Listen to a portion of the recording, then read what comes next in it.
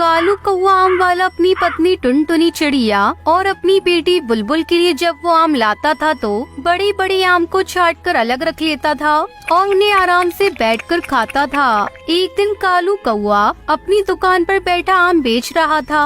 अरे वाह कालू भाई साहब, बड़े ही अच्छे आम दिख रहे हैं, जरा मेरे लिए आम तो पैक करना। हाँ बंटी भाई जरूर लीजिए ना, मैं अभी आपके लिए 2 किलो आम पैक कर देता हूँ। कालू कौवा जल्दी छोटे वाले आम पैक करके बंटी कबूतर को देने लगता है। अरे अरे कालू भाई क्या कर रहे हो, छोटे आम मत दो, मुझे ये बड़े वाले आम दो ना। अरे बेफिक्र रहो बंटी भैया, मैं तुम्हें अच्छे और मीठे आम ही दे रहा हूँ। वो बड़े आम तो बस देखने में सुंदर लग रहे हैं, मीठे तो ये छोटे वाले आम ज्यादा होते हैं। ये वाले आम ले जाओ और देखना कल दोबारा फिर यही वाले आम लेने आओगे। अच्छा ऐसी बात है, तो फिर ठीक है दे दो। कालू कौवा बंटी कबूतर को छोटे छोटे आम पैक करके दे देता है और बंटी कबूतर वहाँ से चला जाता है। तब तक आप लोग कमेंट पे बताएं 7 into 7 + 3 कितने होते हैं। जल्दी से अपने ये बड़े वाले आमों को छुपा कर रख देता हूँ, वरना अभी और कोई ग्राहक आया तो वो भी ये बड़े आम मांगेगा। कालू कौवा जल्दी से अपने बड़े आमों को छुपा कर रखने लगता है। तभी वहाँ पर टूनी चिड़िया आती है। अरे कालू भाई, जरा मुझे ये बड़े वाले 2 किलो आम तो देना। और तुम ये आमों को नीचे क्यों छुपा कर रख रहे हो? सामने रखो तो लोग इसे जल्दी खरीदेंगे और तुम्हारे आम जल्दी बिक जाएंगे। अरे टूनी बहन क्या बताऊं, ये बड़े वाले आम कोई नहीं खरीदता क्योंकि ये ज्यादा मीठे नहीं होते हैं, इसलिए मैं इन्हें उठाकर नीचे रख रहा हूँ और ये अच्छे ताजे वाले आम ऊपर रख रहा हूँ। क्या कह रहे हो कालू भैया, ये बड़े वाले आम तो बड़े ही अच्छे होते हैं।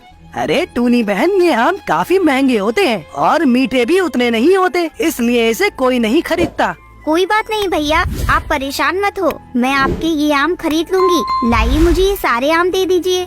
कालू कौवा टूनी चिड़िया की बात सुनता है कि टूनी चिड़िया उसके छुपाए हुए सारे बड़े आम खरीदने की बात कर रही है, तो कालू अपने मन में सोचता है, अरे ये टूनी चिड़िया तो मेरे बड़े आमों के पीछे ही पड़ गई है। अब मैं इसको अपने ये इतने मीठे और रसीले आम नहीं बेच सकता। इतने सारे बहाने तो बना दिए, लेकिन ये है कि मान ही नहीं रही। अब मैं क्या करूं?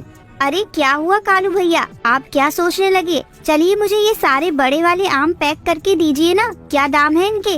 ज्यादा नहीं, बस थोड़े से महंगे हैं। ये 200 रुपए किलो वाले आम हैं। क्या बात है कालू भैया, अब मुझे समझ में आया तुम्हारे आम कोई क्यों नहीं खरीद रहा है। अरे इतने महंगे आम कौन ही खरीदेगा। और ये छोटे वाले आम कैसे दिए?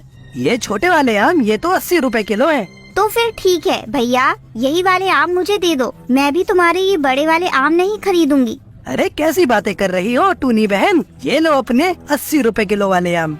इसी तरह कालू कौवा अपने बड़े वाले आम के लालच में उन्हें नीचे छुपा कर रख लेता है और किसी भी ग्राहक को नहीं बेचता। शाम को जब कालू कौवा वापस अपने घर जाता है तो बड़े वाले आम को अपने साथ घर लेकर आता है और अकेले ही वो बड़े वाले आम को खाने लगता है। तभी कालू कौवे की बेटी बुलबुल अपने पापा के पास आकर बैठ जाती है। पापा मुझे भी ये बड़ा वाला आम खाने को दीजिए ना। तुम लोगों से मैंने कितनी बार कहा है कि बाहर छोटे वाले आम की पेटी रखी है, जाओ उसमें से जाकर जितने भी आम खाने हैं खा लो, लेकिन मैं ये अपने बड़े वाले आम में से तुम में से किसी को भी नहीं दूंगा। अरे यहाँ तक कि मैंने अपने ग्राहकों को भी ये वाले आम नहीं बेचे। और तुम लोगों को क्या लगता है कि मैं ये खाने के लिए तुम लोगों को दे दूंगा? बिल्कुल भी नहीं।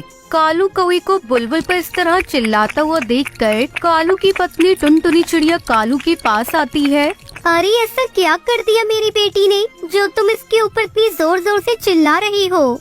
मम्मी मैंने तो पापा से सिर्फ ये बड़ा वाला आम खाने के लिए मांगा था, लेकिन पापा ने मुझे डांट दिया।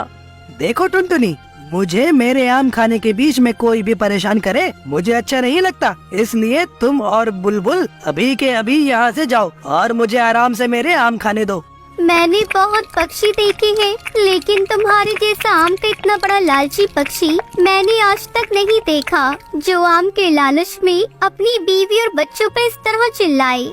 हाँ हाँ, मैं हूँ आम का लालची और मैं अपने आम के लालच को कभी खत्म नहीं करूँगा, क्योंकि मुझे आम बहुत ज्यादा अच्छे लगते हैं, वो भी ये बड़े वाले रसीले आम। इन्हें तो मैं अपने ग्राहक तक को नहीं देता, तो तुम लोगों को क्या खाक दूंगा? ये आम सिर्फ और सिर्फ मेरे लिए हैं और इन्हें सिर्फ मैं ही खाऊंगा। कोई मुझे आम का लालची कहे या कुछ भी, मुझे फर्क नहीं पड़ता। लालच किसी भी चीज का हो, इतना लालच करना अच्छी बात नहीं होती। और तुम्हारा ये आम का जितना लालच है ना, देखना एक दिन तुम्हें बर्बाद कर देगा। इसलिए मैं तुमसे कह रही हूँ बुलबुल के पापा, अपनी आम के लालच को तुम कम कर लो। इतना बोलकर टुनटुनी चिड़िया अपने पति के कमरे से बाहर निकल आती है। टुनटुनी के जाने के बाद कालू कौआ आराम से बैठकर अपने आम को खाने लगता है। फिर कालू कौआ अपनी दुकान पर वापस जाता है और फिर से वही छोटे छोटे आमों को बेचने लगता है। तभी बंटी कबूतर वहाँ आ जाता है। कालू भाई साहब, तुम ऐसा करोगे क्या? मैं तुम पर इतना भरोसा करके ये छोटे वाले आम लेकर गया था और ये आम तो बिल्कुल भी मीठे नहीं है। अरे कैसी बातें कर रहे हो बंटी भैया, मैंने तो तुम्हें अच्छे आम दिए थे और कल से मैंने कितने आम बेचे हैं और कोई तो शिकायत लेकर आया नहीं, सिर्फ तुम ही शिकायत लेकर आए हो। तभी वहाँ पर टूनी चिड़िया भी आ जाती है। वाह कालू भैया वाह, तुमने मुझे कितना अच्छा बेवकूफ बनाया।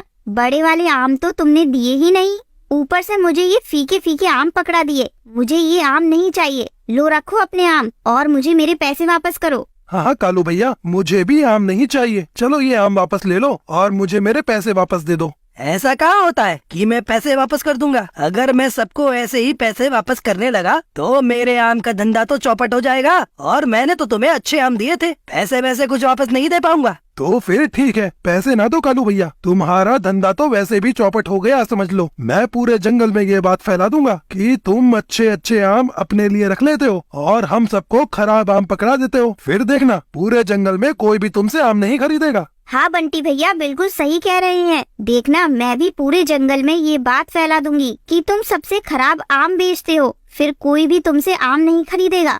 अब बंटी कबूतर और टूनी चिड़िया पूरे जंगल में बात फैला देते हैं कि कालू कौआ खराब आम बेचता है, उससे कोई भी आम मत खरीदना। जंगल का कोई भी पक्षी कालू से आम नहीं खरीदता। कालू कौआ अपने घर जाता है और उदास बैठ जाता है। क्या हुआ, इतने परेशान काहे बैठे हो बुलबुल के पापा? अरे तुम सही कह रही थी टुनटुनी, मुझे मेरे लालच का फल मिल गया। मुझे आमों को लेकर इतना लालच नहीं करना चाहिए था। मेरा आम बेचने का धंधा तो चौपट हो गया। मुझे तुम्हारी बात मान लेनी चाहिए थी, लेकिन मैं आगे से ध्यान रखूंगा और अपने आम को लेकर इतनी लालच नहीं करूंगा। इस तरह लालची कौवे को उसके लालच का फल मिल जाता है। कई दिनों से जंगल में लगातार बारिश हो रही थी। हे भगवान, पता नहीं ये बारिश कब रुकेगी। पूरे घोंसले में बारिश का पानी टपक रहा है। अरे टूनी जल्दी भाग, कहीं ये घोंसला टूटकर गिर ना जाए। मैं लूसी को लेकर बाहर जा रही हूँ।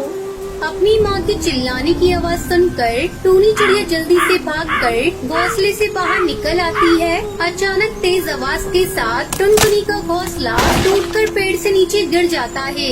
अब उनके पास रहने का कोई ठिकाना नहीं था। टुनटुनी चिड़िया अपनी बेटियों को लेकर बारिश में इधर उधर भटकने लगती है।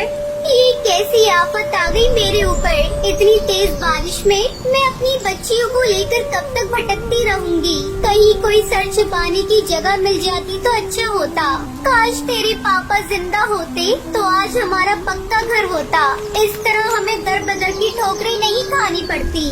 तभी टूनी चिड़िया को दूर एक पेड़ के नीचे बहुत बड़ा गुलाब दिखाई देता है।